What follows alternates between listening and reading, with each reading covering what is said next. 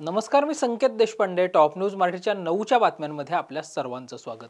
24 तास नव्हे तर फक्त 1 तासात आपण पुण्यासह देशभरातील प्रमुख बातम्यांचा वेगवान आढावा घेणार आहोत.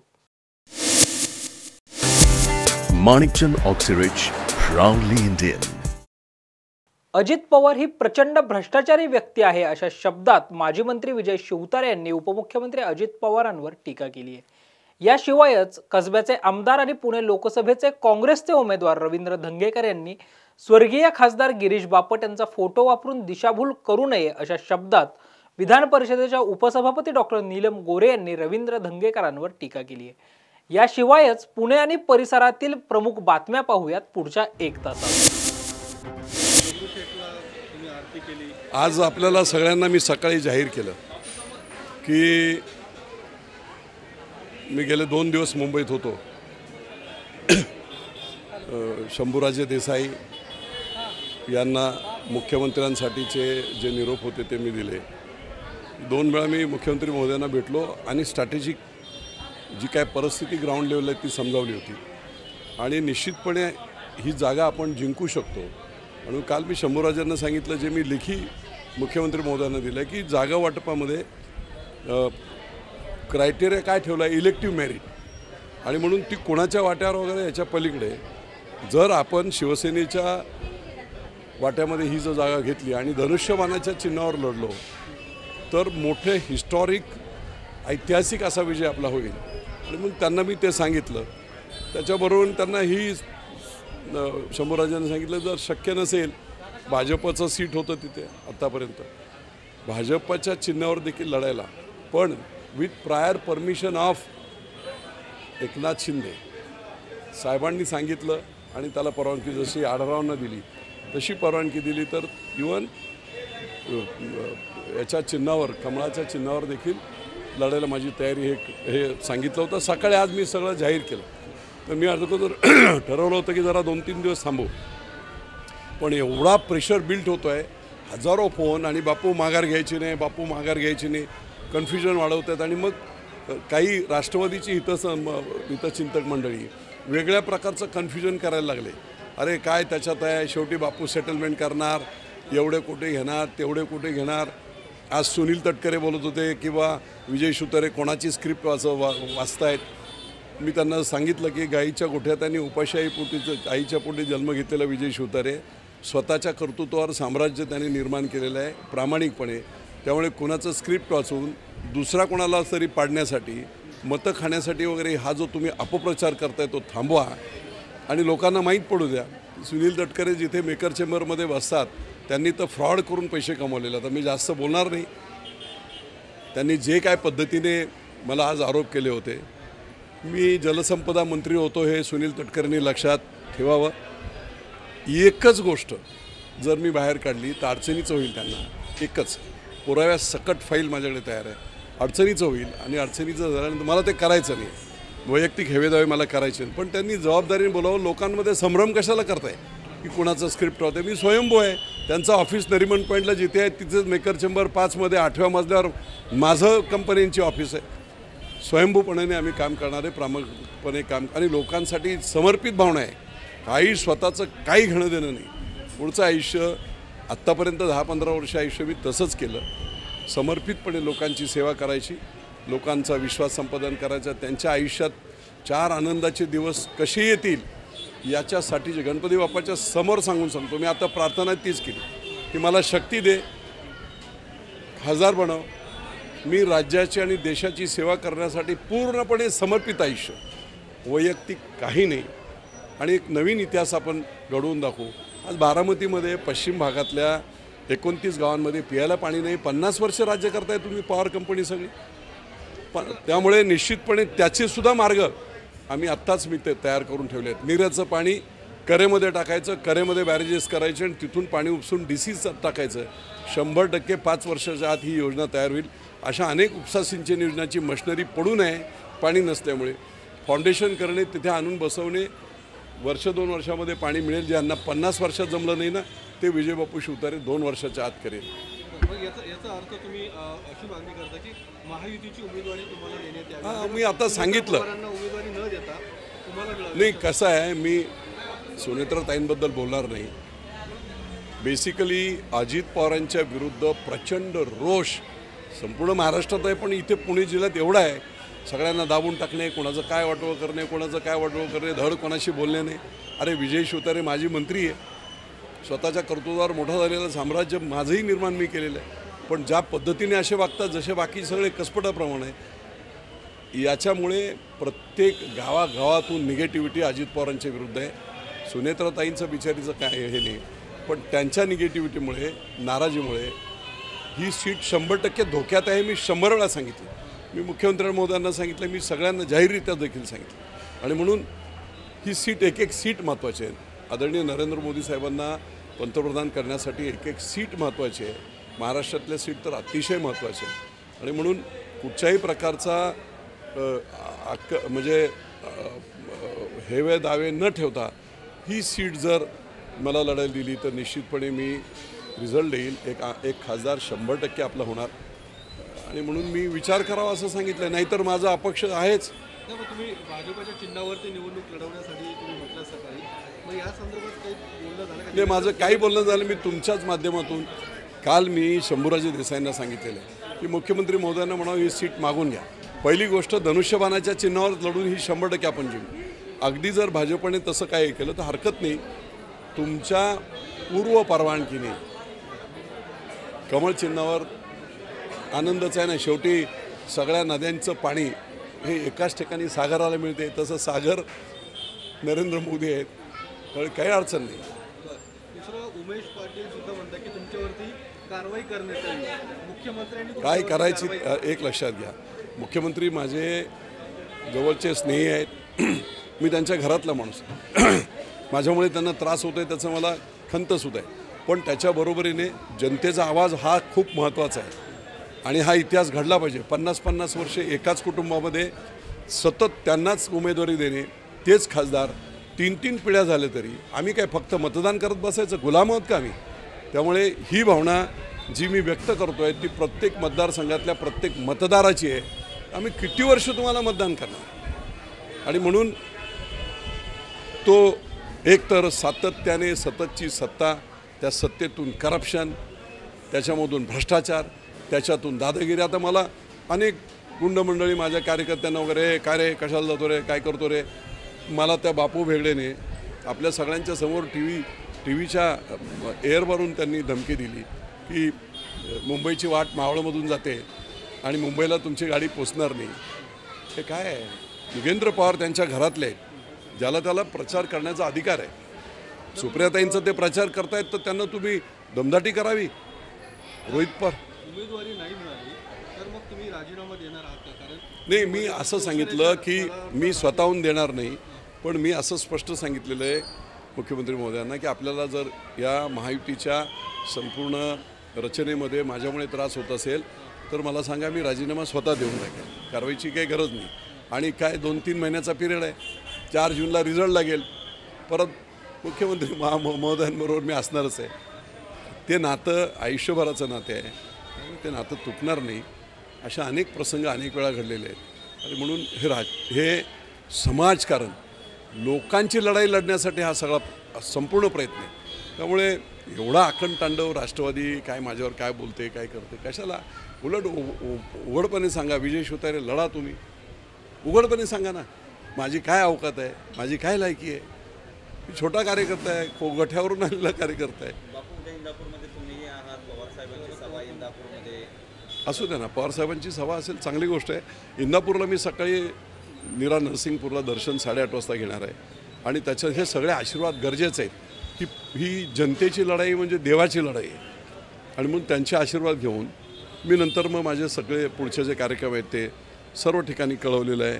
कार्यकर्ते आहेत तिकडचे, वेगवेगळ्या ठिकाणी थांबणार आहेत लोक, सगळ्यांना भेटून मग बारामतीत किंवा इंदापूरमध्ये मी पत्रकार परिषद. माझा थेट आरोप अजित पवारांबद्दल नाही. अजित पवारांनी जे केलं ते चुकीचं केलं, अख्ख्या महाराष्ट्राला माहिती आहे. त्याचा राग आहे सगळ्यांना, मतदार. पण मी त्यांना वैयक्तिकदृष्ट्या माफ केलं आहे. माझी जनता मतदार माफ करणार नाही, नियती त्यांना माफ करणार नाही. त्यामुळे माझं वैयक्तिक त्यांच्याशी काही ग्रज नाही.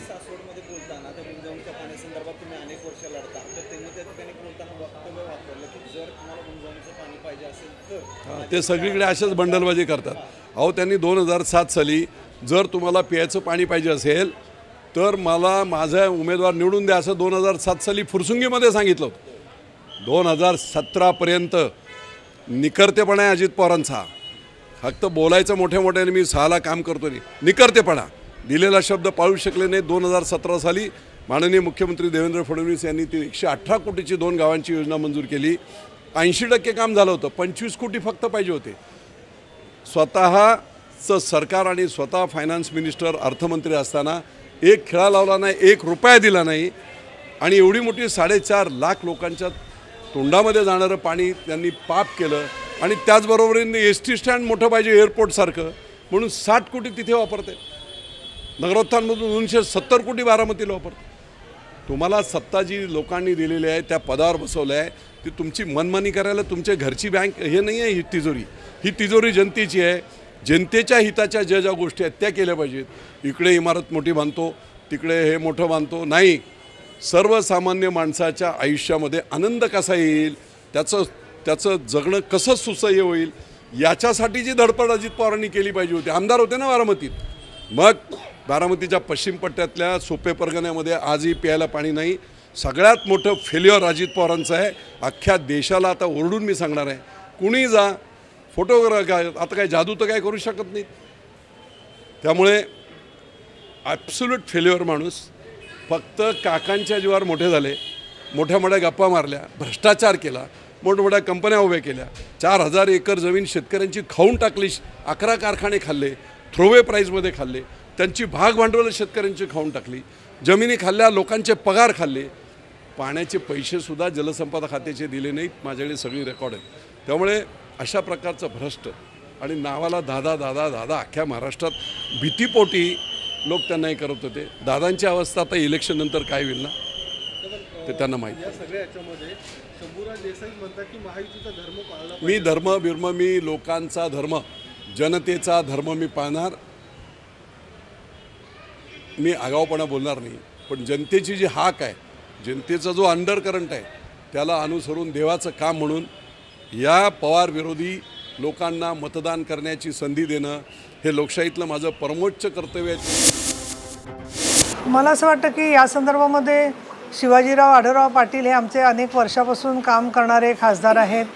त्यांनी काय निर्णय घेतला काय नाही हे जोपर्यंत औपचारिकरित्या जाहीर होत नाही आहे प्रत्यक्षात तोपर्यंत भाष्य करणं योग्य होणार नाही. परंतु काही वेळेला अचानक घडलेल्या राजकीय युतीच्या समीकरणामुळे असे निर्णय घेणं त्या व्यक्तीला भाग पडू शकतं. परंतु ज्या व्यक्तींनी, ज्या आमदारांनी, ज्या खासदारांनी हिंदू हृदय सम्राट शिवसेना प्रमुख बाळासाहेब ठाकरे यांचं काम केलेलं आहे, त्यांच्याबरोबर काम केलेलं आहे, ज्यांना त्यांचे आशीर्वाद मिळालेले आहेत, ते त्यांच्या आयुष्यामध्ये बाळासाहेब ठाकरे यांचे विचार आणि त्यांची कृती ही अजरामर आणि अविस्मरणीय असते असं माझं निरीक्षण आहे. आणि त्यामुळे आपतधर्म म्हणून त्यांनी काही निर्णय घेतला असेल तरीसुद्धा शिंदेसाहेब, अजितदादा, देवेंद्र फडणवीस यांनी मिळूनच काही असे निर्णय घेतलेले असू शकतात असं मला वाटतं. शिवाजीराव आढळराव पाटील यांनी खूप चांगलं काम मतदारसंघात केलेलं आहे आणि त्यामुळे मला असं वाटतं की ते निवडून येतील पुढच्या काळामध्ये. या दृष्टिकोनातून आजच्या घडीला कुठलाही गैरसमज पसरता कामा नये. दुसरा महत्त्वाचा प्रश्न म्हणजे राजकीय समीकरणं जी बदललेली आहेत त्याच्यामध्ये कुठल्याही परिस्थितीत मोदी साहेबांना जिंकून आणायचं या भूमिकेतून जी काही बेरजेचं राजकारण करावं लागतं त्या दृष्टिकोनातून त्यांचा प्रयत्न चाललेला दिसतो आहे. आणि म्हणून समोरच्या मताची विभागणी होऊन गैरसमज होऊ नये म्हणून काही निर्णय घेतलेले असू शकतात. परंतु शेवटी ते महायुतीचेच आहेत उमेदवार एवढं मात्र आपण म्हणू शकतो. हा प्रश्न तुम्ही ते माझे शेजारी असते तर त्यांना विचारू शकला असता, पण मी त्याच्यावरती आता भाष्य करणं योग्य नाही आहे त्यामध्ये. पण मी तुम्हाला उत्तर ऑलरेडी दिलेलं आहे की त्यांचा काय निर्णय असेल ते आपल्याला कळेल. परंतु शिवसेना प्रमुखांचे विचार ते कधीच विसरणार नाही त्याची मला खात्री वाटते. नाही, विजय शिवतारे यांचा माझा खूप वर्षाचा परिचय आहे, आमचे सहकारी आहेत, त्याच्यावर असं जाहीर भाष्य करणं योग्य होणार नाही. पण मी ज्या बारामतीला शासन आपल्या दारी रोजगार मेळाव्याला गेले होते त्याच्या आधीच माझी त्यांची बोलणंही झालं होतं आणि मी त्यांना म्हटलं होतं की तुम्ही या संदर्भामध्ये थोडंसं माननीय एकनाथजी शिंदे साहेबांशी बोलून पुढचे काय ते निर्णय जाहीर करा आणि त्यांची मला वाटतं चर्चा चाललेली आहे आणि शिवतारे साहेबांचं समाधान शिंदे साहेबांच्या स्पष्टीकरणामुळे आणि मार्गदर्शनामुळे होईल अशी मला खात्री वाटते. आजची जी विधानं आहेत ती आजची असतात, उद्याची विधानं काही वेगळी असू शकतील, परवाची विधानं काही वेगळी असू शकतील, कारण त्यांच्या जशा भेटीगाठी होत आहेत तसं ते बोलत आहेत. परंतु मला असं वाटतं की प्रत्येकाने पक्षशिस्त ही पाळलीच पाहिजे आणि अशी जाहीर विधानं करत राहणं काही योग्य नाही आहे असं मला एक पक्षाची कार्यकर्ता म्हणून जरूर वाटतं.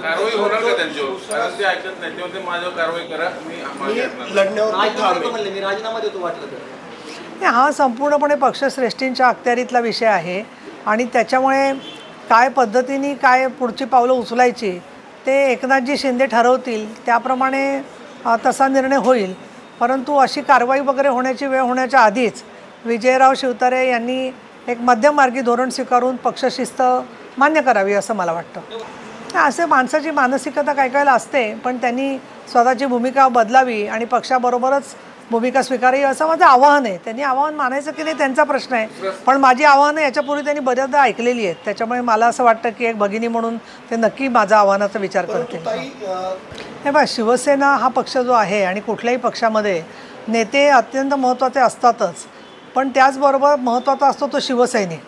आणि शिवसैनिक कुठे आहे त्याचं जर का आम्ही पाहिलं तर 24 तास आपल्या मदतीला धावून येणारे नेते म्हणून एकनाथजी शिंदे यांच्यावरती जो विश्वास आहे, त्याचबरोबर बरेचसे नवीन लोक की जे दोन्ही कुठल्या राजकीय पक्षात नव्हते असे सुद्धा खूपसे लोक जोडले गेलेले आहेत. आणि त्यामुळे वारंवार आत्तापर्यंतचा अनुभव हाच आहे की त्यांच्या भूमिकांच्या मुळे मतदारांना शेवटी निर्णय घेणं भाग असतं, कारण तो निवडणुकीचा भाग आहे. परंतु तोसुद्धा केंद्रामध्ये नरेंद्रजी मोदी आणि अमितजी शहा आणि राज्यामध्ये देवेंद्र फडणवीस, एकनाथजी शिंदे आणि अजित पवार यांना विजयी करण्याच्या दृष्टीने जे योग्य असेल ते शिवसैनिक आणि आमचा मतदार करेल याची मला खात्री आहे. नाही, मी त्या मध्य घोटाळ्याचा अभ्यास करते, मला त्या विषयाचा एवढा काही अभ्यास नाही आहे, त्यामुळे त्याच्यावरती भाष्य करणं योग्य नाही असं मला वाटतं. तेव्हा आपल्याकडे एक मराठीत गाणं आहे, लेक लाडकी या घरची होणार सुनमी त्या घरची. त्यामुळे दोघी लाडक्या असतात, त्यामुळे आता मतदार ठरवतील कोण लाडकं आहे त्यांचं, त्याच्यावरती आपण भाष्य आत्ता करणं योग्य नाही आहे. नाही, मला असं त्या काय बोलल्यात माहीत नाही नक्की त्याच्यामध्ये, पण ते मी बघते त्यांचा व्हिडिओ काय आहे ते. पण आता असं आहे की आपण हे सगळं जे आहे आपण सगळ्या जगाचा संसार बघायला निघालो आहे. प्रचार करतो आहे पंतप्रधान, राज्यात मुख्यमंत्री कोण. अशा वेळेला मला असं वाटतं की याविषयी कोणी काय करावं काय नाही त्यांचा प्रत्येकाचा वैयक्तिक प्रश्न आहे. राज्य महिला आयोगाने पुणे जिल्ह्यात वाढलेत अत्याचार, त्याच्यावर काम करायला पाहिजे, त्याच्यावर केंद्रित केलं पाहिजे असं मला वाटतं. नाही, हे असं माझं वैयक्तिक मत विचाराल तर मी सांगेन की आपण तर म्हणतो आहे की बऱ्याच वेळेला आपले कुलदीपक सगळेच काय आईवडिलांची काळजी घेतात असं नाही आहे, उलट मुलीच आईवडिलांची काळजी घेतात असं सुद्धा बऱ्याच ठिकाणी चित्र दिसलेलं आहे. काही वेळेला एकुलता एक मुलगा असाल तर काही मुली, मी सगळ्या म्हणत नाही आहे, काही मुली असंही म्हणतात की एकुलता एक मुलाशी लग्न करायला नको कारण सासू सासऱ्यांचा सांभाळ करायला लागेल. म्हणजे ज्येष्ठ नागरिकांचे पण बरेचसे प्रश्न तयार झालेले आहेत. आणि त्यामुळे मला असं वाटतं मुलगा मुलगी दोघांनी संसार, कुटुंब, पालक आणि आपली जबाबदारी ह्या आपल्या कामाला जागावं असं मला वाटतं. आणि कौटुंबिक याच्यात मतभेद होतात ना अनेक वेळेला, त्याच्यावरती किती ताणायचं याला मर्यादा असते. पण एका विषयाकडे मला लक्ष वेधायचं आहे की फोटो वापरायचे कोणाचे याच्यावरून प्रचंड महाराष्ट्रात गोंधळ चाललेला आहे. मोठ्या साहेबांचा फोटो म्हणजे बाळासाहेब ठाकरेंचा फोटो कोणी वापरायचा कोणी नाही वापरायचा, तर तो फोटो तर शेवटी आता वापरला जातोच आहे सगळीकडे, तो विषय. शरदराव पवार साहेबांच्या फोटोवरून सुद्धा झालेला आहे की हा फोटो वापरायचा की नाही कोर्टापर्यंत गेलेला आहे. आणि त्याच्यामध्येच भर पडली आहे गिरीशजी बापट यांचा फोटो, माझ्या माहितीप्रमाणे एका उमेदवाराने तो फोटो टाकलेला आहे. आता मी शिवसेना प्रमुख बाळासाहेब ठाकरे आणि पवारसाहेबांच्या फोटोवर काही बोलत नाही, परंतु बापट साहेबांचा फोटो ते टाकतात तर माझ्या मनात असा आज विचार आला सकाळीच की बापट साहेब असते तर काय म्हणाले असते. तर बापट साहेब त्या फोटोतून बोलले असते, ते वाक्य मला ऐकू आलं बरोबर की अरे याला अजिबात मतदान देऊ नका हे सांगायला मी माझा फोटो तिथे वापरू दिला आहे. त्याच्यामुळे मला असं वाटतं की उगाच जनतेची दिशाभूल आणि फसवणूक करू नये कोणी. बापट साहेबांना सगळे ओळखतो, शेवटी आपल्या पक्षासाठी सगळे होते, कोणाशी ते चांगले वागायचे प्रत्येकाशी. परंतु आता तो इतिहास गेला सगळा. आता तुम्ही भविष्य काळामध्ये तिथे ज्यांची कास पकडलेली आहे त्यांना पकडून किती नदीमध्ये पोहू शकताय ते तुम्हाला कळेल, निवडणुकीच्या नंतर कळेल. मग बापट साहेबांच्या फोटोपाशी जाऊन तुम्ही अश्रू ढाळू शकता. नमस्कार, मी संकेत देशपांडे. टॉप न्यूज मराठीचा चर्चेतला लोकसभा मतदारसंघ या विशेष कार्यक्रमामध्ये आपल्या सर्वांचं स्वागत. आज आपण चर्चा करणार आहोत अशा एका मतदारसंघाची की जो मतदारसंघ नेहमीच चर्चेमध्ये राहिलेला मतदारसंघ आहे आणि हा मतदारसंघ आहे अर्थातच म्हाडा लोकसभा मतदारसंघ. या म्हाडा लोकसभेबाबत जर आपण बोललो तर आतापर्यंत 3 निवडणुका या म्हाडा लोकसभा मतदारसंघामध्ये झाल्या. 2009ला म्हाडा लोकसभा मतदारसंघाची पुनर्रचना जी आहे ती झाली किंवा हा मतदारसंघ अस्तित्वामध्ये आला. 48 लोकसभा मतदारसंघापैकी 43व्या क्रमांकावर येणारा हा म्हाडा लोकसभेचा मतदारसंघ आहे. 2009मध्ये हा मतदारसंघ पुनर्गठित झाला, या मतदारसंघाची निर्मिती झाली आणि शरद पवार हे पहिले म्हाडाचे खासदार जे आहेत ते ठरले. शरद पवारांची ज्यावेळी ती निवडणूक होती, म्हणजे पहिली लोकसभेची निवडणूक होती म्हाडा लोकसभेची, तर त्या पहिल्या निवडणुकीमध्ये शरद पवार विरुद्ध भारतीय जनता पक्षाचे ज्येष्ठ नेते सुभाष देशमुख विरुद्ध महादेवराव जानकर अशी तिरंगी लढत जी आहे ती तिरंगी लढत झाली होती. या लढतीमध्ये शरद पवार जे आहेत ते विजयी झाले होते, म्हाडाचे पहिले खासदार झाले होते. त्यानंतर 2014ला जर आपण पाहिलं तर 2014ला राष्ट्रवादीचे विजयसिंह मोहिते म्हाडा लोकसभा मतदारसंघातून विजयी झाले होते. ते म्हाडाचे दुसरे खासदार जे आहेत ते ठरले. 2019ला जर आपण पाहिलं म्हणजे त्या अर्थाने जर पाहिलं तर म्हाडा हा राष्ट्रवादी काँग्रेस पक्षाचा बालेकिल्ला राहिल्याचं पाहायला मिळालं. मात्र 2019च्या निवडणुकीवेळी भारतीय जनता पक्षानं एक जाळं टाकत काँग्रेसमधले ज्यावेळेचे तत्कालीन ज्येष्ठ नेते असणाऱ्या रणजितसिंह हिंदूराव नाईक निंबाळकरांना आपल्या पक्षामध्ये घेतलं, भारतीय जनता पक्षामध्ये घेतलं. त्यांना खासदारकीचं तिकीट जे आहे ते तिकीट देऊ केलं आणि रणजितसिंह हिंदूराव नाईक निंबाळकर हे म्हाडाचे तिसरे खासदार जे आहेत ते ठरले. आता ते विद्यमान खासदार आहेत आणि भारतीय जनता पक्षानं पुन्हा एकदा रणजितसिंह हिंदूराव नाईक निंबाळकर यांच्या गळ्यामध्येच पुन्हा एकदा विजयाची उमेदवारीची माळ जी आहे ती माळ घातलेली आहे. आणि यामुळे कुठेतरी म्हाडा चर्चेत आलाय, कारण धैर्यशील मोहिते पाटलांनी जे विजयसिंह मोहिते पाटलांचे बंधू आहेत, लहान बंधू, त्यांनी आपला दावा कायम सांगितलेला आहे. रामराजे नाईक निंबाळकर हे आता विरोधामध्ये कुठेतरी रणजितसिंह नाईक निंबाळकरांच्या असल्याचं पाहायला मिळतंय. म्हाडा लोकसभेमध्ये जर आपण म्हणजे विधानसभा मतदारसंघ निहाय पाहिलं तर प्रामुख्याने 6 मतदारसंघ येतात, पैकी 4 सोलापूर जिल्ह्यातले विधानसभेचे मतदारसंघ आहेत आणि 2 जे आहेत ते सातारा जिल्ह्यातले विधानसभेचे मतदारसंघ आहेत. सोलापूर जिल्ह्यामधल्या मतदारसंघामध्ये जर आपण पाहिलं तर करमाळा विधानसभा आहे, जिथे संजय मामा शिंदे हे आता आमदार आहेत. त्यानंतर म्हाडा विधानसभेचा मतदारसंघ आहे, ज्या ठिकाणी दिलीप मामा शिंदे हे आमदार आहेत.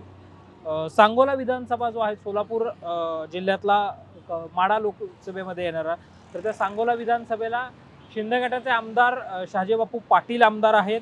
तर माळशिरस विधानसभा मतदारसंघ जो आहे, या माळशिरस विधानसभा मतदारसंघामध्ये राम सातपुते हे भारतीय जनता पक्षाचे आमदार असल्याचं पाहायला मिळतं. त्यासोबतच हे झाले सोलापूर जिल्ह्यामधले येणारे मतदारसंघ. यासोबतच सातारा जिल्ह्यामधले येणारे जे 2 मतदारसंघ आहेत त्याच्यामध्ये फलटणचा विधानसभा मतदारसंघ आहे आणि मानचा मतदारसंघ आहे. तर मानचा जो मतदारसंघ आहे या मतदारसंघामध्ये भारतीय जनता पक्षाचे जे सातारा जिल्हाध्यक्ष आहेत जयकुमार प्रभाकर गोरे हे तिथले खासदार जे आहेत ते असल्याचं पाहायला मिळतं आणि आमदार असल्याचं पाहायला मिळतं. आणि जो फलटणचा विधानसभा मतदारसंघ आहे तर या फलटण मतदारसंघामध्ये दिलीप चव्हाण हे राष्ट्रवादी काँग्रेस पक्षाचे आमदार आहेत. सलग 3 टर्म दिलीप चव्हाण हे त्या ठिकाणी आमदार म्हणून निवडून आलेले आहेत.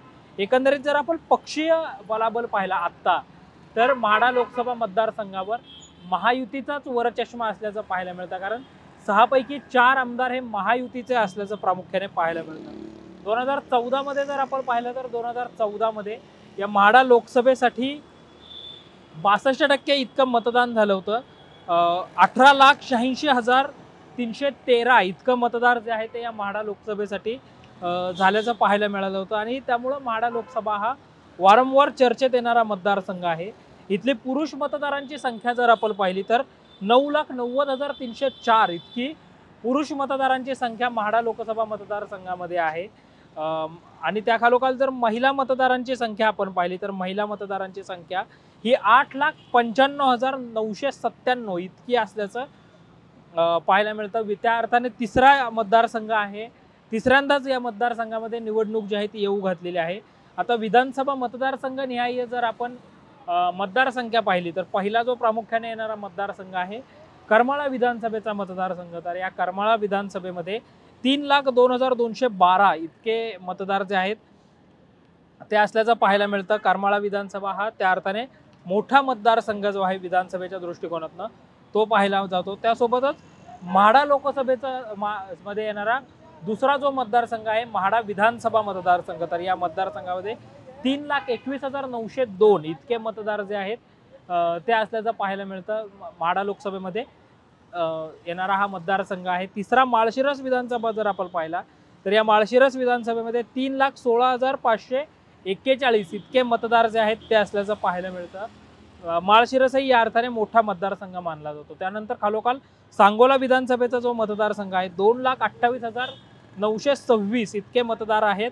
मान विधानसभा मतदारसंघामध्ये 3,34,960 इतके मतदार जे आहेत ते असल्याचं पाहायला मिळतं. फलटण विधानसभा जी आहे या फलटण विधानसभा मतदारसंघामध्ये 3,25,603 मतदार आहेत. एकंदरीत जर आपण पाहिलं तर मागच्या वेळी निवडणूक जेव्हा संपन्न झाली होती तर ती 2,000 मतदार केंद्रावर जी आहे आणि ती संपन्न झाल्याचं पाहायला मिळालं होतं.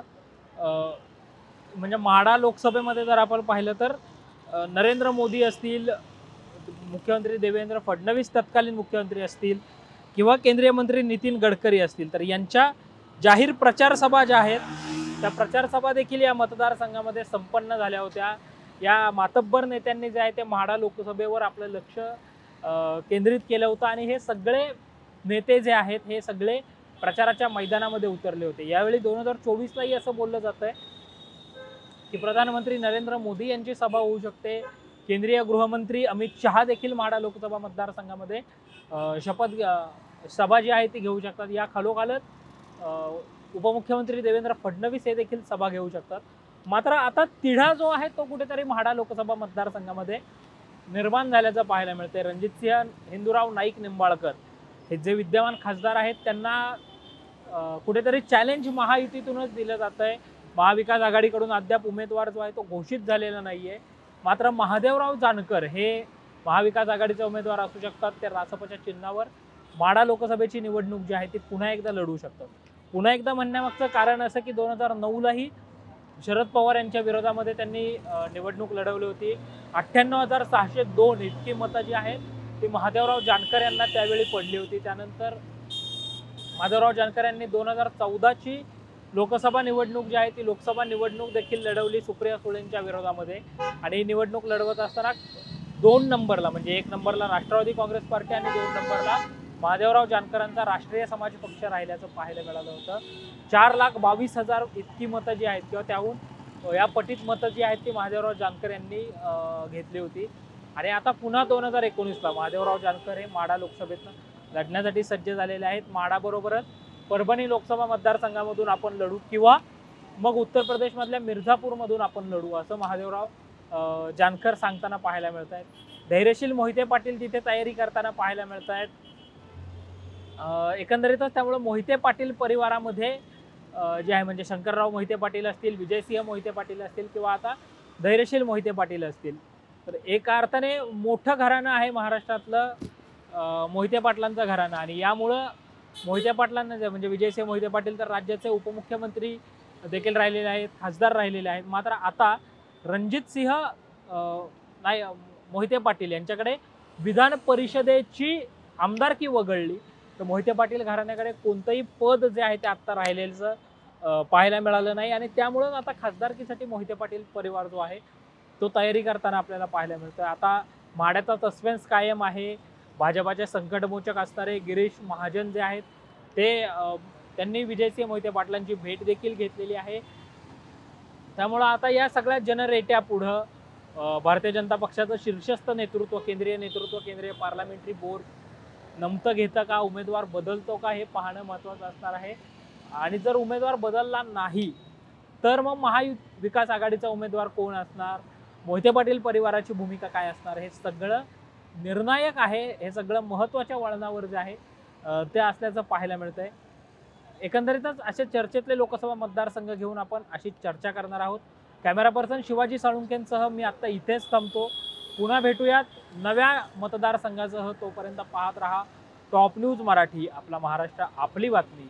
आणि हो, आता top news Marathi channel Jio टीव्हीच्या OTT प्लॅटफॉर्मवर, तेही 24 तास.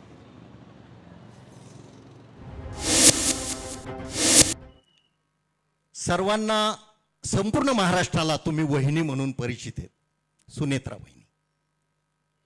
मी त्याच्या अगोदर जरा भूतकाळात जाईल, तुमचं मराठवाड्यातलं बालपण थोडंसं जाणून घेईल मी, कारण तिथनं तुमची माहेरची सुरुवात झालेली आहे. मराठवाडा परिसरामध्ये पदमसिंह पाटील फार मोठी नावाजलेली व्यक्ती, ते तुमचे थोरले बंधू. राजकारण आणि समाजकारणाचा फार मोठा वासा त्या पाटील घराण्याला होता आणि ते त्यांचे थोरले बंधू. आणि मग तुमचं शिक्षण असेल, तुमचा माहेरचा प्रवास असेल, आणि तो प्रवास आणि त्याच्यामध्ये थोरल्या बंधूंचं कटाक्षपणा, आईवडिलांची थोडासा स्नेह, याच्याविषयी आम्हा सर्वांना थोडीशी माहिती दिली तर बरं पडेल. आणि हाच एक कौटुंबिक प्रश्न साधासुद्धा मी आपल्याला विचारू.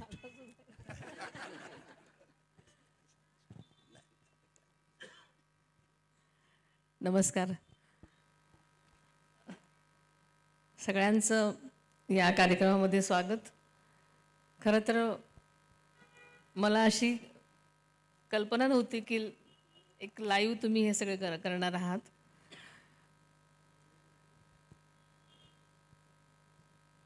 एक दादांची पत्नी वहिनी म्हणून मी सगळ्यांनाच परिचित आहे, पण आपल्याला सगळ्यांनाच माहिती आहे की लोकसभेच्या निवडणुकीचं बिगुल वाजलं आणि ही वहिनी जरा जास्तीच सगळ्यांना माहिती झाली टी व्हीवरनं.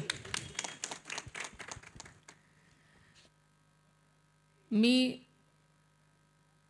माझं आयुष्य म्हणजे समाजकारण आणि राजकारणामध्ये जन्मल्यापासूनच आहे.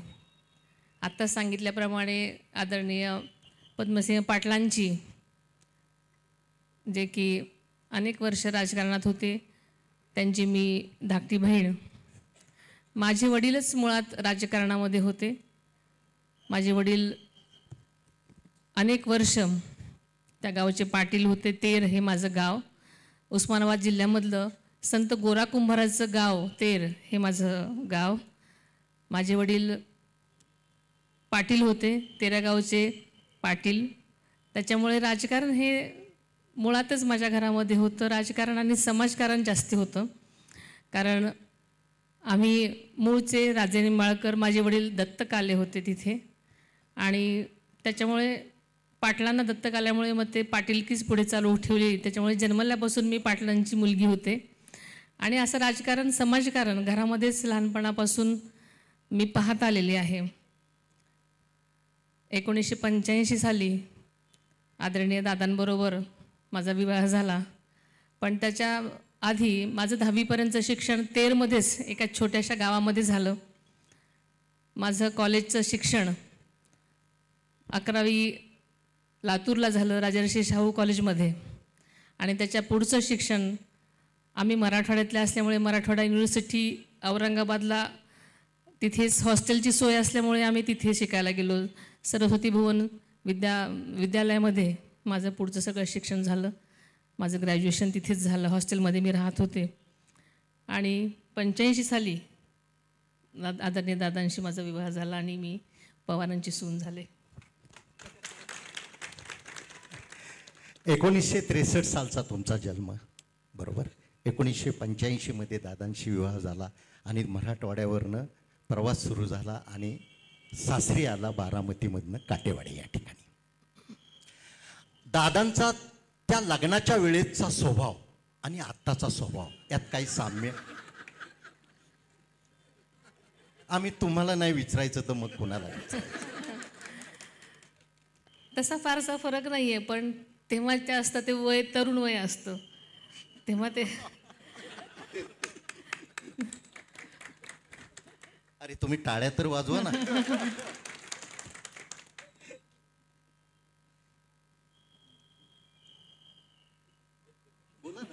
मी थांबलो. तरुण वय असतं इतपत आणि अजून तो स्वभाव नाही नाही, कसा आहे? स्वभाव त्यांचा तसाच आहे पहिल्यापासून. स्पष्टोक्तपणा, जे काय समोर असेल ते बोलायची सवय आहे त्यांना, आणि मागे पुढे काय बोलायची सवय नाही त्यांना. जे काय असे समोर स्पष्ट, क्लिअर, आणि आडपडदा कुठलाही नसतो. आडपडदा कुठलाही नाही, खरं तेच बोलायचं. बरोबर. आणि समोर जे आहे ते रोखठोक बोलायचं. नाण्याच्या दोन बाजू आहेत. एक बाजू अशी सांगते दादांच्या स्वभावाविषयी, जे होईल ते रोखठोक, खोटं बोलायचं नाही.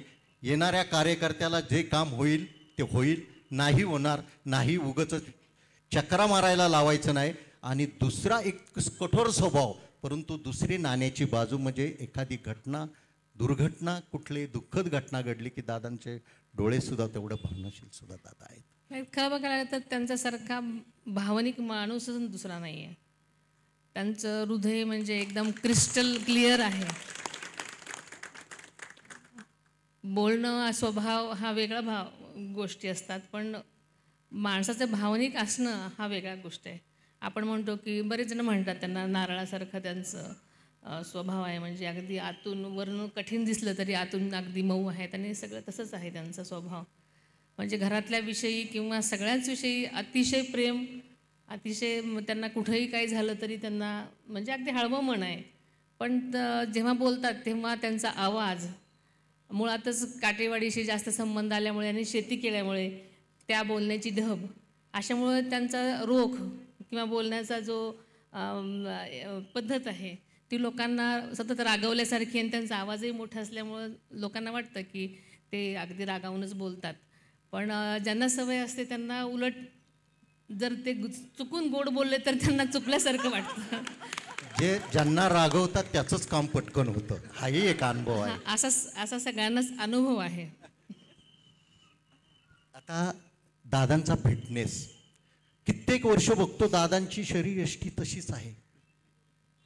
दादा सकाळी उठतायत पहाटे, अगदी रात्री उशिरा झोपले तरी सकाळी पहाटे उठतात. आणि एक किस्सा सांगेल त्या अनुषंगानं. बालगंधर्वला एक कार्यक्रम होता, आप्पासाहेब रेणूचे मित्र परिवारानं आयोजित केला होता, दरवर्षीच केला जातो तो, म्हणजे गुरुजन सत्कार सोहळा. तो सकाळचं टायमिंग होतं, पण त्या टायमिंगच्या अगोदर दादा 45 मिनटं आले अगोदर.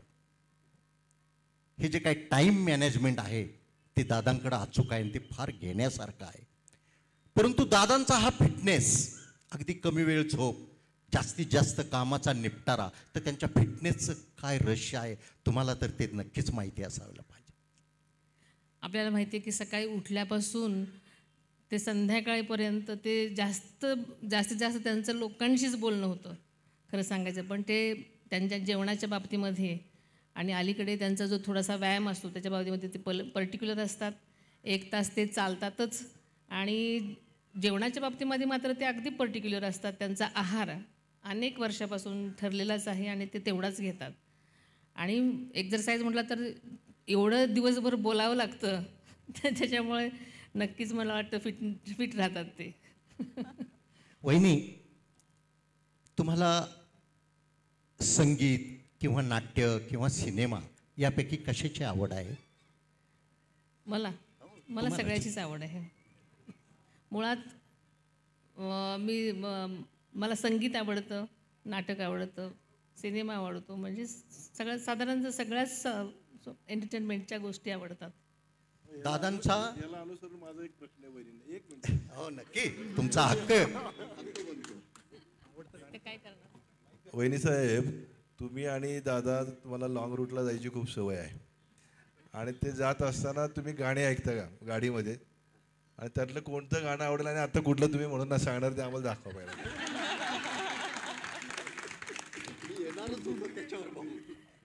नाही, आम्हाला दोघांनाही संगीत आवडतं, आणि प्रवास करताना तर अर्थातच गाणी ऐकतच जातो. आणि दादांना किशोर कुमार, आशा भोसले, लता मंगेशकर, खास करून राजेश खन्नांची गाणी आवडतात. अमिताभ बच्चनची गाणी, म्हणजे ज्यांच्या सिनेमात काम केलं ती गाणी आवडतात. साधारणतः सगळीच गाणी आवडतात. संगीत आवडत असल्यामुळे मोस्टली सगळीच गाणी आवडतात. वहिनी, 1985 साली दादांशी विवाह झाला तुमचा. 1985 ते पुढचं 2025, पुढच्या वर्षी तब्बल 40 वर्ष तुमच्या लग्नाला पूर्ण होत आहे. होय. त्या 1985 सालापासून ते आज ताग आहेत. दादांच्या समवेत एकांतात दोघांनी पाहिलेला कुठला चित्रपट असेल ना? आहेत ना. मग सांगा ना. अलीकडे तर अनेक सिनेमा पाहतो, कारण अलीकडे टी व्हीवरती किंवा नेटफ्लिक्स थिएटरमध्ये जाऊन पाहिलेला सिनेमा. थिएटरमध्ये लग्नाच्या आधीच पाहिलेला होता. काय मी प्रश्न विचारू? म्हणजे लग्न जमल्यानंतर. थोरल्या बंधूंना आवडलं ते? लग्न जमलेलं होतं त्याच्यामुळे प्रश्नच नव्हता. बघा, पडद्यामागची मोठी भूमिका दादांची तुम्ही पार पडताय, ती यशस्वीपणे. आम्ही पाहतो ज्या वेळेला मुंबईला येतो बंगल्यामध्ये, त्यावेळेला बारामतीचे असतील, पुण्यातले असतील, असंख्य महाराष्ट्रातले कार्यकर्ते असतील, त्यांना तुम्ही अटेंड करता, त्यांच्याशी बोलता, विचारपूस करता. हा सर्व गाडा जो तुम्ही ओढत आहात आणि यशस्वीपणे ओढत आहात, मग घरच्यांकडनं साथ किंवा तुमच्या 2 मुलांकडनं साथ ही कशा प्रकारे तुम्हाला मिळते, हा सर्व संसार सांभाळत असताना?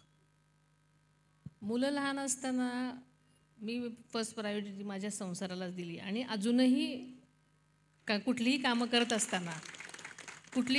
असताना माझ्या फर्स्ट प्रेफरन्स माझ्या सांसारिक गोष्टींनाच असतो.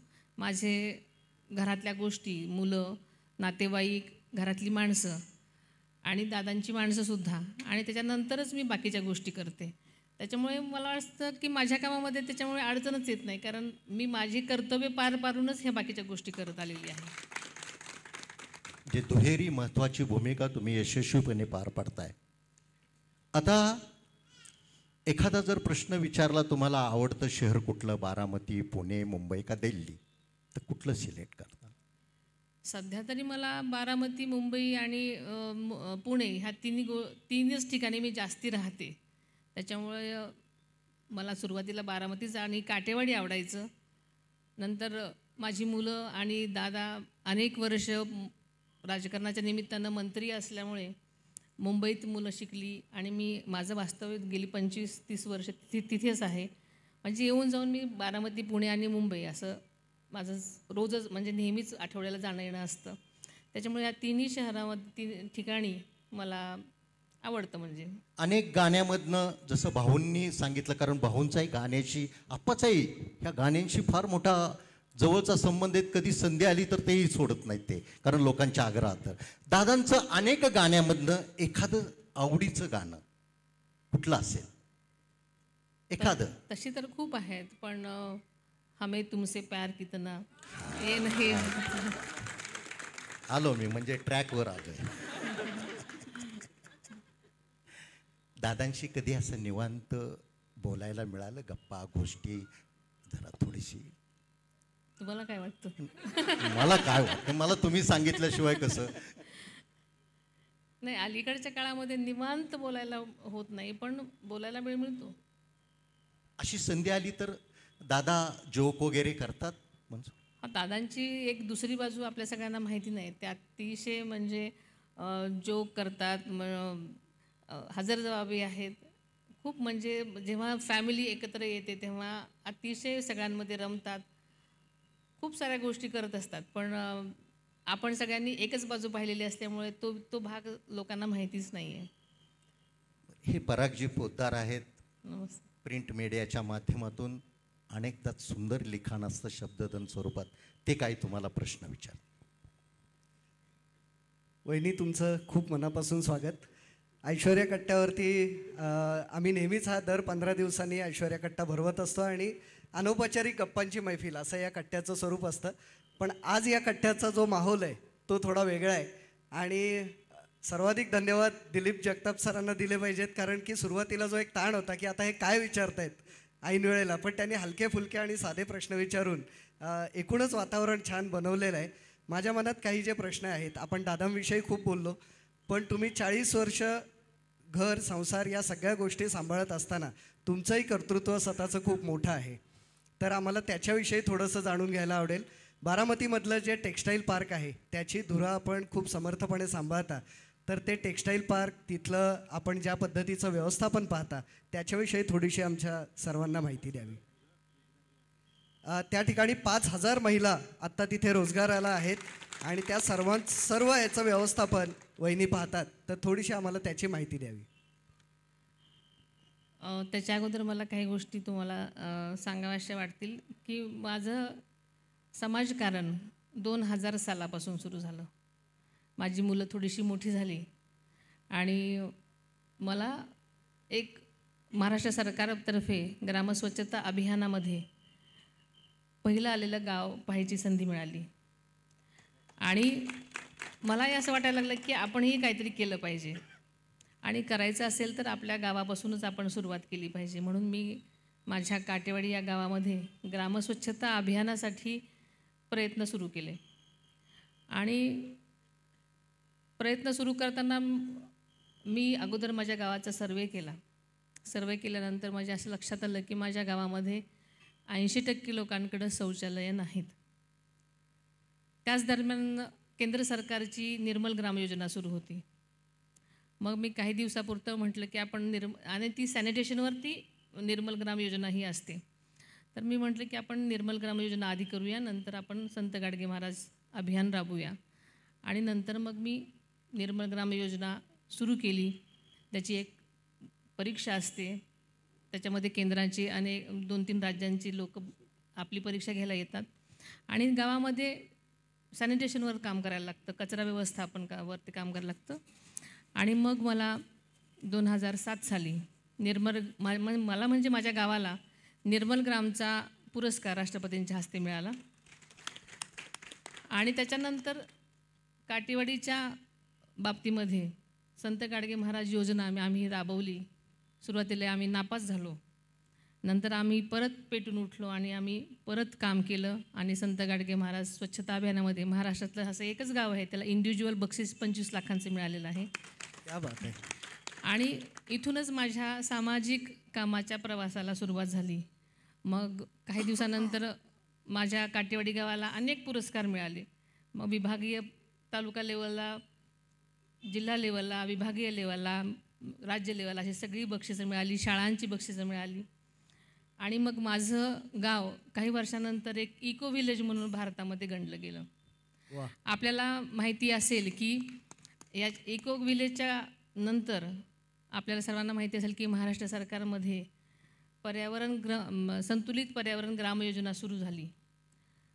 ती आमच्या संकल्पनेवर सुरू झाली. त्याच्यामुळे मला असं समाधान वाटतं की मी ज्या गोष्टीची सुरुवात केली त्यावरनं महाराष्ट्र सरकारनं सुद्धा त्याची दखल घेऊन सबंध महाराष्ट्रभरती योजना सुरू केली. आणि नंतर मग मी बारामती हायटेक टेक्स्टाईल पार्क बारामतीमध्ये केंद्र सरकारची एक ती SIT योजना होती आणि त्याच्यानंतर तिथे बारामतीमध्ये त्यांना ते टेक्स्टाईल पार्क करायचं होतं आणि आमच्या बारामतीमध्ये मंजूर झालं. पण मूळ मुद्दा हा होता की woman empowerment. Baramati textile park हे साधारणतः 60 एकरावरती आहे. 11 वेगवेगळे रेडीमेडचे कपडे बनवण्याचे कारखाने आहेत. आपल्याला माहिती आहे की ग्रामीण भागामध्ये महिला 10वी-12वी झाल्या की धुणी भांडी करतात, ज्यांना गरज आहे ते, किंवा खेडेगावातल्या बायका रानात खुरपायला जातात. मग अशा बायकांना आम्ही हायटेक, ज्यांना की बेसिक शिवणकाम येतं, अशा बायकांना आम्ही हायटेक मशीनवरती प्रशिक्षण दिलं. त्यांना अतिशय चांगल्या प्रकारचं प्रशिक्षण दिलं आणि ह्या कंपन्यांमध्ये त्यांना जॉब मिळवून दिले. आणि सुरुवातीला त्यांना बेसिक 7,000 पगार मिळायचा. नंतर त्यांचं जे स्किल जर त्यांचं चांगलं असेल तर त्यांच्या नगावर आम्ही पैसे द्यायला सुरुवात केली, म्हणजे प्रत्येक कंपनीने. आणि आता एक महिला जवळजवळ 30-30, 50-50 हजारपर्यंत पगार मिळवते. आणि माझ्या बारामती भागातल्या आणि तिथल्या जवळपासच्या तालुक्यातल्या जवळजवळ 3,500 बायका आज तिथे काम करत आहेत. तर असं हे टेक्स्टाईल पार्क, त्याची मी चेअरपर्सन आहे. आणि महिला सक्षमीकरण जे आपण म्हणतो त्याचं एक उत्तम उदाहरण आहे. आणि आपल्याला माहिती आहे की एखादी महिला तिच्या स्वतःच्या पायावर जेव्हा उभी राहते, सन्मानाने जगते, आपलं कुटुंबामध्ये तिची मान उंचावते, सन्मानाने जगामध्ये सुद्धा तिला सन्मान मिळतो आणि जेव्हा ती स्वतःच्या कमवलेल्या गाडीवरती स्वतः जेव्हा जाते तेव्हा तिची ती ऐट बघण्यासारखी असते आणि हेच समाधान आहे आणि हेच वुमन एम्पॉवरमेंट आहे. धन्यवाद वहिनी.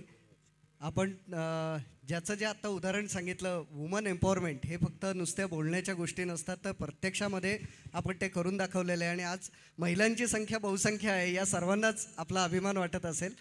आपण समाजकारणाविषयी सांगितलं, राजकारणाविषयी सांगितलं, तसंच शिक्षणाच्या क्षेत्रातही आपलं योगदान महत्त्वाचं आहे. पुणे विद्यापीठावरती आपण सिनेटवर होतात, तर 3 वर्ष आपण त्या सिनेटवरती होतात, 3 वेळा होतात. तर कृपया आपली पुणे विद्यापीठामधली जी कारकीर्द होती त्याविषयी थोडंसं आम्हाला सांगा. आपल्याला माहिती असेलच तर विद्याप्रतिष्ठान या शैक्षणिक संस्थेची मी विश्वस्त आहे. आमच्या या संस्थेमध्ये जवळजवळ 30,000 विद्यार्थी शिकतात. मेडिकल कॉलेज सोडलं तर जवळजवळ सगळ्याच प्रकारची कॉलेजेस आहेत. दोन्ही प्रकारचं मीडियम आहे, इंग्लिश मीडियम, मराठी मीडियम आहे. आणि SSC, CBSE आणि ICSE असे 3ही बोर्ड आहेत. सगळ्या प्रकारची कॉलेजेस आहेत. इंजिनिअरिंग कॉलेज आहे, आर्ट्स सायन्स कॉमर्स कॉलेज आहेत, BEd DEd सारखे कोर्सेस आहेत, आर्किटेक्चर कॉलेज आहे आणि जवळजवळ 30,000 विद्यार्थी ते शिकतात. आणि विद्याप्रतिष्ठानच्या या कॉलेजचं सगळं व्यवस्थापनामध्ये माझा सहभाग असल्यामुळे मला पुणे विद्यापीठामध्ये जाण्याची संधी मिळाली आणि तिथे आम्ही अनेक महत्त्वपूर्ण आणि तिथेसुद्धा मला मॅनेजमेंटमध्ये जाण्याची संधी मिळाली. मॅनेजमेंट कमिटीवर मी होते, त्याच्यामुळे अनेक चांगले निर्णय आम्ही तिथे घेतले. आपल्याला माहिती आहे की तिथे खाशाबा जाधव ऑडिटोरियम केलेलं आहे आणि अशा अनेक मोठ्या मोठ्या पॉलिसीज जेव्हा आम्ही तिथे केल्या त्याचा सहभाग मी तिथे असताना घेता आला आणि विद्यापीठामध्ये काम करता आलं, ह्याचं मला समाधान वाटतं.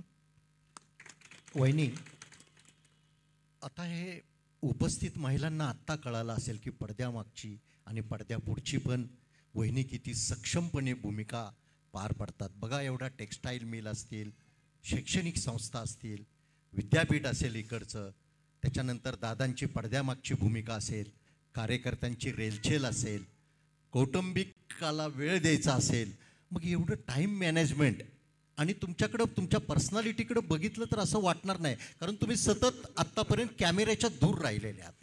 आत्ता आम्ही पाहतोय. मग हे टाईम मॅनेजमेंट तुम्ही कसं अचीव करता की ज्यांनी करून एक आयडॉल म्हणून आमच्या महिलांना या ठिकाणी एक संदेश तुमच्याद्वारे जाईल? मला काम करताना मी माझ्यासाठी आणि माझ्या समाधानासाठी करत होते. मला कुठं दाखवायचं नव्हतं किंवा मला काय सिद्धही करायचं नव्हतं. कधीही माझ्या मनामध्ये कुठल्या गोष्टीचं असं काही एम नव्हतं की मला हे कशासाठी तरी करायचं होतं. मला स्वतःला काम करायची ती जिद्द होती. मला स्वतःला ते स्फूर्ती होती की मला माझ्या हातून काहीतरी घडलं पाहिजे. आपण म्हणतो की आपण सतत काहीतरी आपण घेण्याचाच विचार करतो नेहमी, कधीतरी देण्याचा विचार केला पाहिजे. म्हणून मला असं वाटायचं की आपण समाजासाठी काहीतरी दिलं पाहिजे.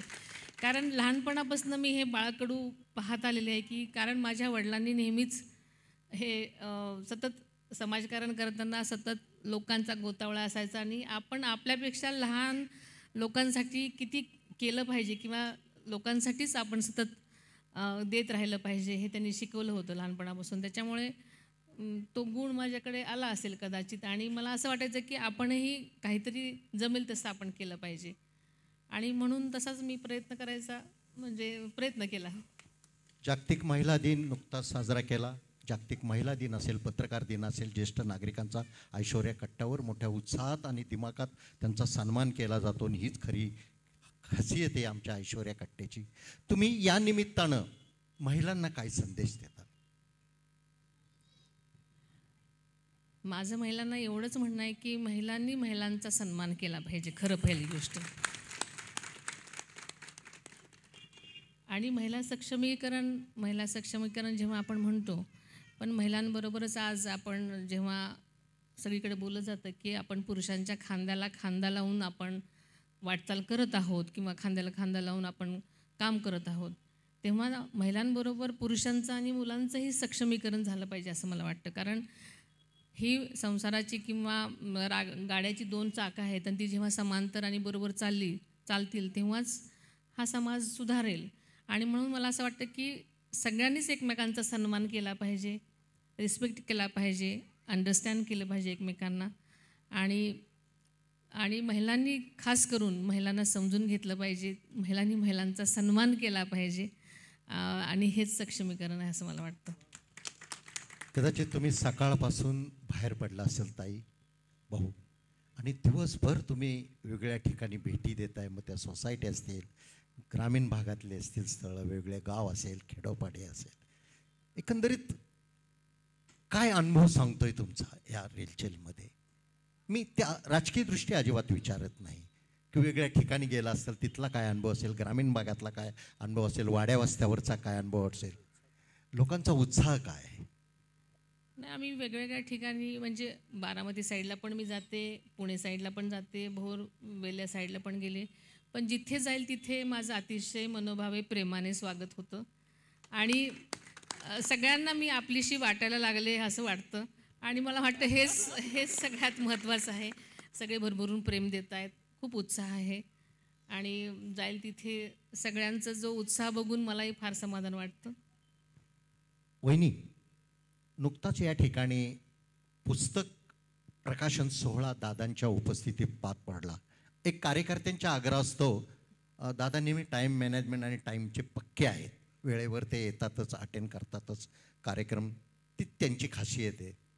परंतु कार्यकर्त्याच्या आग्रहास्तव मागे त्यांनी एक कार्यक्रम जास्त ॲड केला त्याच्यामुळं, आणि तब्बल त्यांना 1.5 तास उशीर झाला. परंतु जे काही जनसमुदाय होता दादांच्या प्रतीक्षेत, त्याच्यातली एकही खुर्चीतनं कुणी उठला नाही किंवा कुणी गेटच्या बाहेर गेला नाही. त्या पुस्तक सोहळ्यामध्ये, प्रकाशन सोहळ्यामध्ये आप्पासाहेब रेणुशेंनी आपलं मनोगत व्यक्त केलं. जमेन या कट्ट्याचे प्रवर्तक आहे, ज्यांची संकल्पना आहे, त्यांनी असं आपल्या मनोगतात म्हटलं, दादांना विनंती केली की तुम्ही लवकर या बारामती लोकसभा मतदारसंघाचं तिकीट डिक्लेअर करा आणि ते सुनित्रा वहिनी पवारांना द्या, बाकीची जबाबदारी आमच्यावर सोडा. मग तुमचा विजय तर नक्कीच आहे, आम्ही अथक परिश्रम करू. मग काटेवाडी म्हणजे बारामती ते दिल्ली हा प्रवास तुमचा वाढला जाणार. मग ह्या प्रवासाकडे तुम्ही भविष्यात कसं पाहणार? एकच राजकीय प्रश्न विचारला आणि हाच. तशी मी राजकारणात नव्हते, राजकारणातल्या घरामध्ये लहानपणापासून असूनही, पण जे काय केलं ते नेहमीच अगदी समोर सन्मानाने फेस केलेलं आहे. त्याच्यामुळे मला वाटतं ही एक जर संधी मला मिळाली तर ती नक्कीच माझ्या परीनं मी अतिशय चांगल्या पद्धतीनं पार पाडीन. लोकांनी जर सेवेची संधी दिली तर मला वाटतं की मी अतिशय चांगला प्रयत्न करीन. आणि एकदा संधी दिल्या, प्रत्येकाला एक संधी मिळाली तरच कळेल ना की ती काय करू शकते व्यक्ती. त्याच्यामुळे आता हा मग लोकांनी ठरवायचा विषय आहे. थोडंसं थांबवतो वहिनी, ही संधी एक नवीन उमेदवार म्हणून देणार, प्रत्येकाला संधी मिळाली पाहिजे. त्याला जर संधी मिळाली नाही तर त्याचं ते कॉन्ट्रीब्युशन कसं दाखवणार?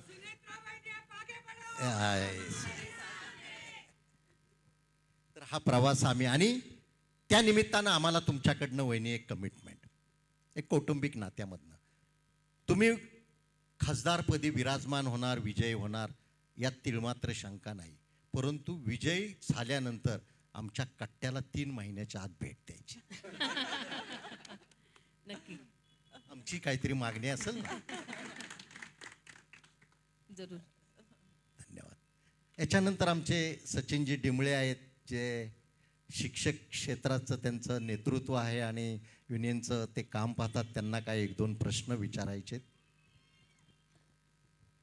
मला वाटलं ताई, एकच प्रश्न.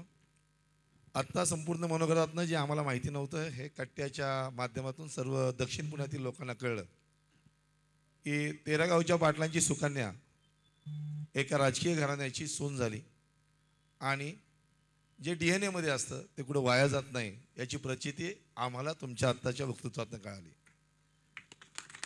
किती काही केलं तरी राजकारणातील सुसंस्कार, अजितदादा राजकारणात जेवढे खंबीर आहेत तेवढ्या तुम्ही समाजकारणातही खंबीर होतात आणि आहात हे आम्हा सर्वांना आता तुमच्या मनोगतातून कळलं. तुम्ही सांगितलं, मी एक तुमची इंटरव्ह्यू वाचला होता, तसं तेरगाव तुमचं असेल पण काटेवाडीला तुम्ही सर्वस्व मानलं. तिथल्या काटे नावाच्या सरपंचांची मुलाखत वाचली होती की लोक उठायच्या अगोदर तुम्ही हातामध्ये खराटा घेऊन काटेवाडी झाडायला सुरुवात केली होती त्या एका जिद्दीने. खरी सून कशी असते, आणि आमची वहिनी, दादा आणि वहिनी महाराष्ट्रामध्ये एकमेव जोडपं कोण असेल तर अजितदादा आणि सुनेत्रा वहिनींचं. आमची अपेक्षा एवढीच आहे ताई की आम्हाला सर्वांना आत्ता कळलं, आमच्या भगिनींना कळलं, दक्षिण पुण्यातील महिलांना कळलं की एक महिला स्वतः खराटा घेऊन काटेवाडीला राष्ट्रीय स्तरावरचं 21 लाखाचं बक्षीस देते. एक महिला विश्वस्त म्हणून विद्याप्रतिष्ठानमध्ये कार्यरत असताना सिनेटवर एकदा दोनदा नाही 3 वेळा जाते. स्वकर्तृत्वातून अनेक सुशिक्षित बेरोजगारांचे प्रश्न सोडवते. ती तिथेच थांबत नाही. ती सर्व महिलांना माहिती असेल, सर्वांना फेसबुकच्या माध्यमातून माहिती असेल, इको व्हिलेज म्हणजे चला खेड्याकडे हा महात्मा गांधींचा मूलमंत्र होता. इको व्हिलेज ही तुमचं मी भाषण ऐकलं एक बारामतीला, आम्ही संघटनेच्या कामानिमित्त आलो होतो तेव्हा.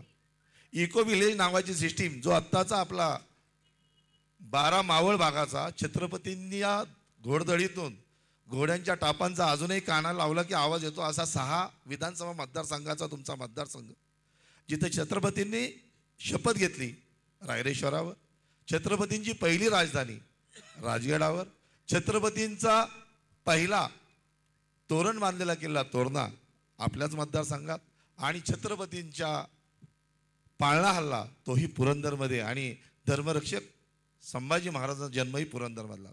ताई अनेक धरणं आपल्या मतदारसंघामध्ये, आणि ह्या सर्व गोष्टीमध्ये महिलेचं खुरपं हातामध्ये देताना सेंद्रिय खताचं महत्त्व आपण ओळखलं.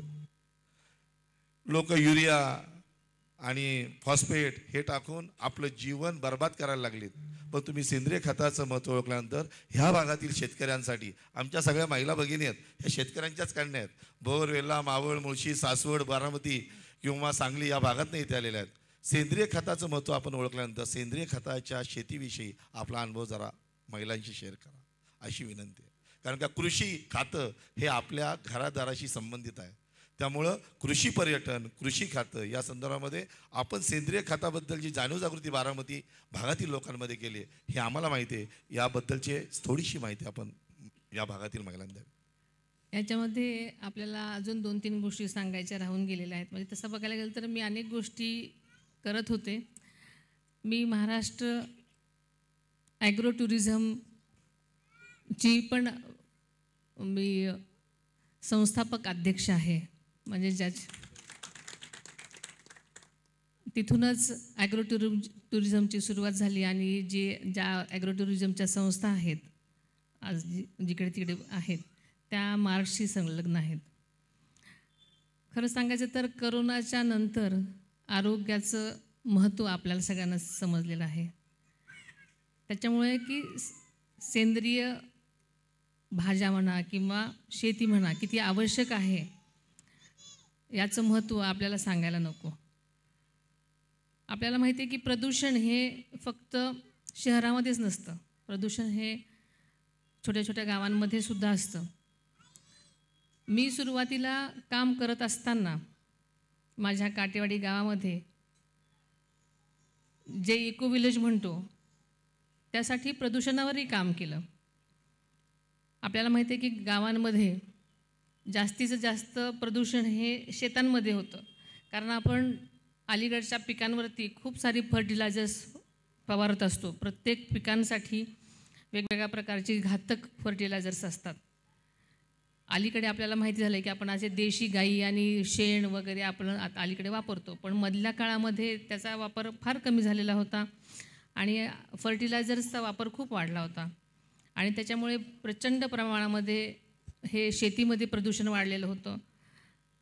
साखर कारखाने व इतर कारखाने पण गावांमध्ये असल्यामुळे त्याच्यामध्ये तिथेही प्रदूषण वाढलेलं होतं, आणि अशा प्रदूषणामुळे अनेक गोष्टींना, दोषांचा प्रभाव पिकांवरती फळांवरती होत होता आणि तो अर्थातच आपल्या मानवजातीवर होत होता.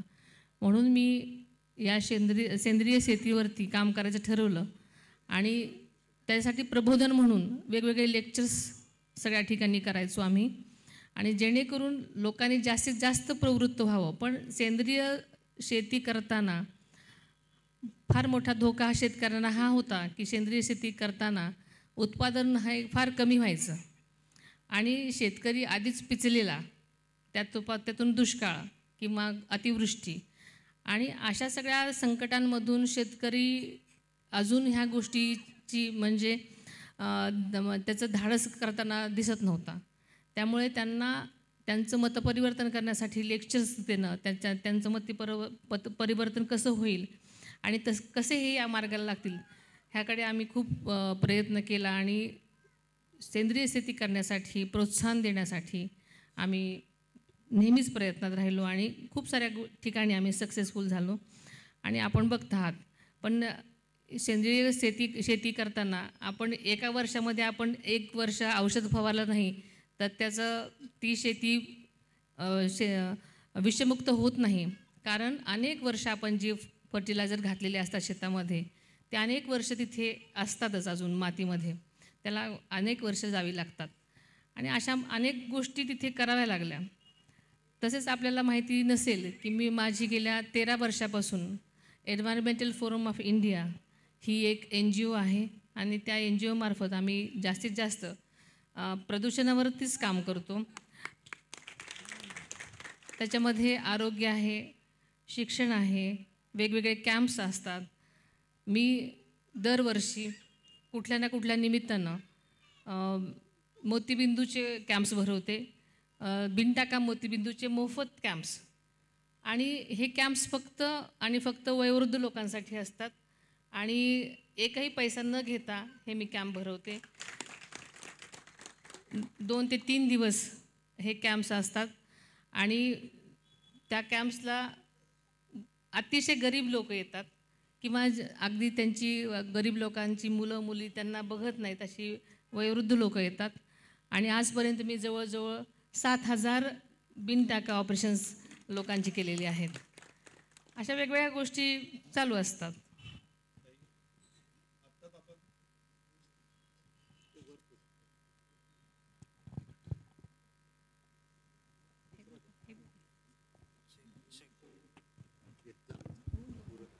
एकच शेवटचा प्रश्न जो आत्तापर्यंत लोकांना माहिती नाही आहे. मी एक म्हणतोय कारण का तुमचं व्यक्तिमत्व लोकांपुढे उलगडावं हाच कट्ट्याचा उद्देश आहे. व्यक्तिमत्व आणि व्यक्तिमत्वाच्या गोष्टी लोकांना माहीत नसल्यामुळं लोकांमध्ये न्यूनगंड निर्माण होतो, लोकांना माहिती नसतं. आत्ताच दिलीपजींनी सांगितलं तुम्ही तेरपासून काटेवाडीपासून प्रवास केला पुणे आणि मुंबईपर्यंत, परंतु येथील दक्षिण भागातील महिलांना मी पुण्याच्या सांगू इच्छितो की या सुनेत्रा वहिनी फक्त येथेच इथपर्यंतच मर्यादित नाहीत, तर त्या वर्ल्ड एंटरप्रेन्योरशिप फोरम ही फ्रान्सची संस्था आहे आणि त्याच्या थिंक टँकच्या सदस्य आहेत. म्हणजे सुनेत्राताई वहिनी पवार या फक्त काटेवाडी, तेर, बारामती तिथले शेतकरी, तिथल्या महिला, त्यांचा कारखाना, त्याच्यामध्ये लावलेली नोकरी, आरोग्य, क्रीडा क्षेत्र यामध्येच नाही तर थिंक टँक इंटरनॅशनल लेवलला ते आहेत. तुम्हाला सगळ्यांना माहिती आहे का नाही मला माहीत नाही. तर सॅकोसान नावाची एक मोठी संस्था आहे. सार्क परिषद माहिती असेल सगळ्यांना, सार्क परिषद. तर तुम्हाला माहिती आहे का? आणि मलाही कल्पना नव्हती, परंतु फेसबुकवर मी पाहिलं आणि मी शॉक झालो की या सार्क परिषदेमध्ये एक महिला,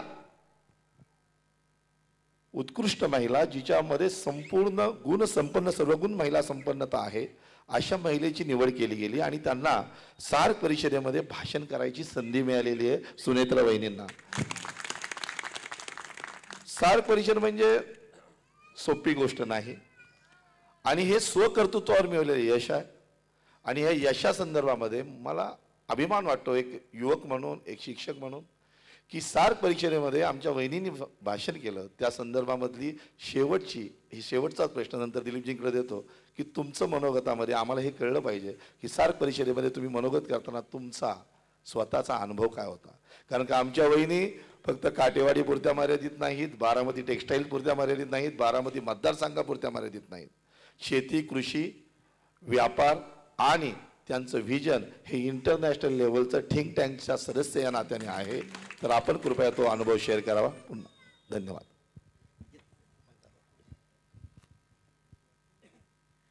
2008 साली सार्क परिषद होती आणि ती सॅनिटेशनवर होती.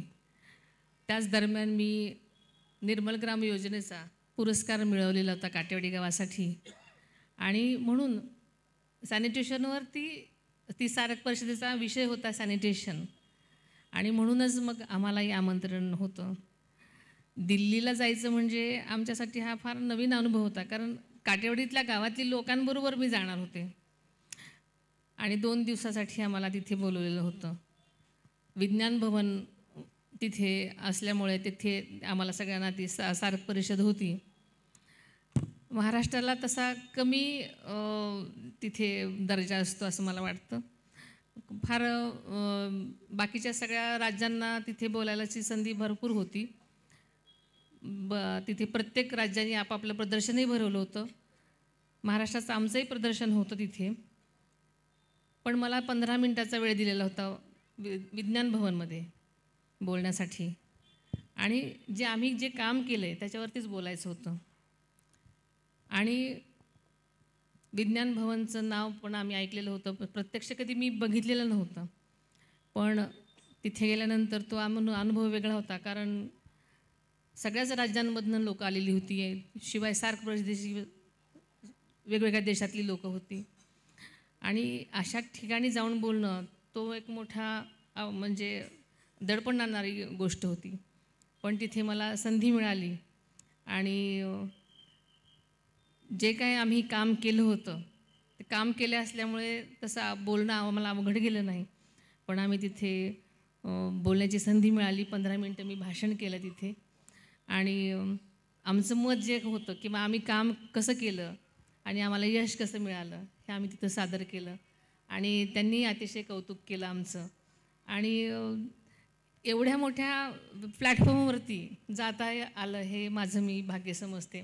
पण याचा आम्ही गवगवा केला नाही, कारण मीडियापासून नेहमीच लांब राहायची सवय असल्यामुळं असं वाटलंही नाही की आपण या गोष्टी फार त्याचं हे केलं पाहिजे म्हणून. एका महिलेच्या वेगवेगळ्या क्षेत्रामध्ये योगदानाचे किती पैलू असतात हे तुमच्या रूपानं आज आम्हाला कळालं, नाही तर हे कधीच समजलं नसतं. पण आत्ताच तुम्ही आपल्यामध्ये कथन केलं की बाबा मी कॅमेरापासून कायम दूर त्याची जाहिरात कधी केली नाही. कट्ट्याच्या वतीनं शेवटचा आणि अगदी शेवटचाच प्रश्न, शेवटचा आता तुम्ही दिल्लीला गेल्यानंतर कुठली अशी भूमिका पार पाडताल की जे महिलांच्या संदर्भातली असेल, महिलाविषयी कुठलं धोरण तुम्ही त्या ठिकाणी लोकसभेमध्ये मांडताल किंवा लोकसभेमध्ये त्याचा आवाज करताल किंवा ते समस्या त्याचे त्या ठिकाणी मांडताल लोकसभेमध्ये महिलांच्या संदर्भात? आजकाल महिलांची सुरक्षा अतिशय महत्त्वाची आहे सगळ्याच क्षेत्रांमध्ये. आज महिला सगळीकडे सक्षम झालेल्या आहेत, अगदी अंतराळामध्ये सुद्धा गेलेल्या आहेत. पण आपण बघतो की सगळीकडेच त्याचा सुरक्षिततेचा प्रश्न आहे आणि जे काही महिला माझ्याकडे त्यांचे काही प्रश्न आणतील ते तर मी म्हणजे सोडवण्याचा प्रयत्न करीनच, पण महिलांची सुरक्षितता, त्यांचे अधिकार ह्या गोष्टींसाठी मी नक्कीच प्रयत्न करेन. धन्यवाद वहिनी. आपण अगदी खुल्या मनानं प्रत्येक प्रश्नाला अगदी साजेसं उत्तर दिलं आणि त्याच्यामध्ये कुठलाही किंतु परंतु ठेवला नाही. तर ह्या होत्या आपल्या महाराष्ट्र राज्याचे लाडके उपमुख्यमंत्री अजितदादा पवार यांच्या सुविध पत्नी, जे दादाही भूमिका ज्या महाराष्ट्रासाठी राबवत आहेत त्याच्याही पेक्षा तेवढ्याच गतीनं ताई महिलांसाठी आणि ग्रामीण भागामध्ये राबवत आहेत. त्यांच्याशी आपण बातचीत केली. आपण या ठिकाणी आलात, ऐश्वर्या कट्ट्यावर आमच्या प्रश्नाला उत्तरं दिलीत आणि अशाच अष्टपैलू खासदार आम्हाला हव्यात, ज्या जाहिरातीपासून दूर परंतु प्रत्यक्ष कामाला प्रायोरिटी. धन्यवाद. एक लोगो तुम्ही पाहताल, इथं सगळ्यांनी लोगो लावलेला आहे, तो लोगो तुम्ही एकदा पाहून घ्या. सुनेत्रा पवार फॉर डेव्हलपमेंट, ऐश्वर्या कट्टा. दादा आणि तुमचा फोटो आहे हा. धन्यवाद, आपण आलात पुनश्च एकदा. जितेंद्र बुरुक यांना विनंती करतो की आपण एखाद्या दादांच्या आवडीचं कडवं या ठिकाणी गाव. आज आणायचं आहे आपल्या ऐश्वर्या कट्ट्याला. वहिनी येणार आहेत म्हटल्यानंतर जितेंद्र दादांना आणि दीपक भाऊ बरोबर त्यांना घेऊनच आले. तर जितेंद्र दादांना माझी विनंती आहे की जे दादांना गाणं आवडतं, अगर तुम ना होते, ते तुम्ही इथं आवर्जून म्हणून दाखवा. याच्यापूर्वी एक थोडीशी अनाउन्समेंट ऐश्वर्या कट्ट्याच्या वतीनं. सर्वांची स्नेह भोजनाची व्यवस्था या ठिकाणी शेजारीच केलेली आहे. कृपया विनंती, हॉटेल ऐश्वर्यामध्ये कृपया आपण स्नेहभोजन जरूर घ्या. धन्यवाद. हा कार्यक्रम संपायच्या अगोदर मी आदरणीय भीमरावांना तापकीर, स्वरूपालीताई चाकणकर, दीपा भाऊ मानकर, दत्ताभाऊ धनकडे आणि आपले संयोजक आपा रेणुसे, वर्षाताई तापकीर, उपस्थित सर्व बंधू भगिनी आणि माध्यमांचे प्रतिनिधी आणि तसेच सौ बाबरताई या सर्वांचेच आभार मानते. मला इथे बोलवलं आणि आपल्या सर्वांशी बोलण्याची आणि संवाद साधण्याची संधी मिळाली, त्याबद्दल सर्वांनाच मी धन्यवाद देते आणि इथेच थांबते. तर आजच्या 9च्या बातम्यांमध्ये इथेच थांबण्याची वेळ झाली आहे. ताज्या बातम्या आणि घडामोडींसाठी पाहत राहा फक्त टॉप न्यूज मराठी. आपला महाराष्ट्र, आपली बातमी.